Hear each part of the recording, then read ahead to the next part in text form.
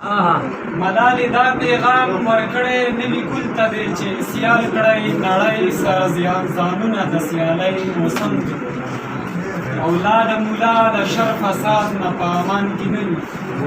اولاد مولا د شر فساد نه په امان کې نه یو پلار مو په سیمه بدبختي ده د خانه موسم دی چل د کشیدګۍ نه محسوسېږي داسې د چاپېرچل د کشیدګۍ نه محسوسېږي داسې چې رانږدې د پښتنو د ازادۍ موسم دی دا یو نظم دی کله چې محترم صاحب نوی نظم شروع کړی هغه وخت کې ما لیکلی دي چې په لر او بر کې بې بها بمونه په لر او بر کې بې بها بمونه په من وریږي له هر خوا بمونه زمون حجرې زمون کورونه وران شو هم جوماتونه مکتبونه وران شو په خپل وطن کې در په در شو منګه خاورې ایرې کډې په سر شو منګه پښتنې پیغلې مو سرتورې شولې درنې وې سپکې سپورې شولې او چا دي خنجرې او چاړې راغستې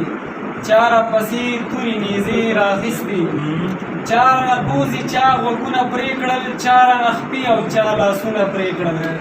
پنجابیان وایي افغانان دی وجنی ملایان وایي مرتدان دی وجنی پنجابیان وایي افغانان دی وجنی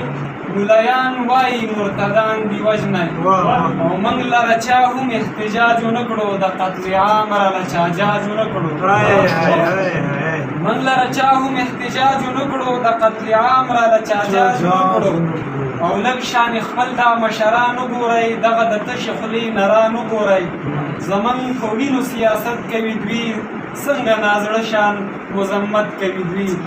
او زه خو صفا سپینه وینا کومه والله که یره به د چا کومه تر څو چې موږ یو ځای شوي نه یو تر څو چې موږ یو موټی شوي نه یو تر هغه وخت پورې قتلیږو به موږ د تورو خاورو لاندې کېږو به موږ او د هزارې او د کابل پښتنو د ملکنډ او د زابل پښتنو که چېرته ځان خپل شته کول غواړئ که چېرته ځان خپل شته کول غواړئ د ارتقا په لوره تلل غواړئ راځئ چې یو بل له لاسونه ورکړو ښه په اخلاص یو بل له زړونه ورکړو ځان له یو نوی قیادت وګورو یو ښه لارښود انسان صفت وګورو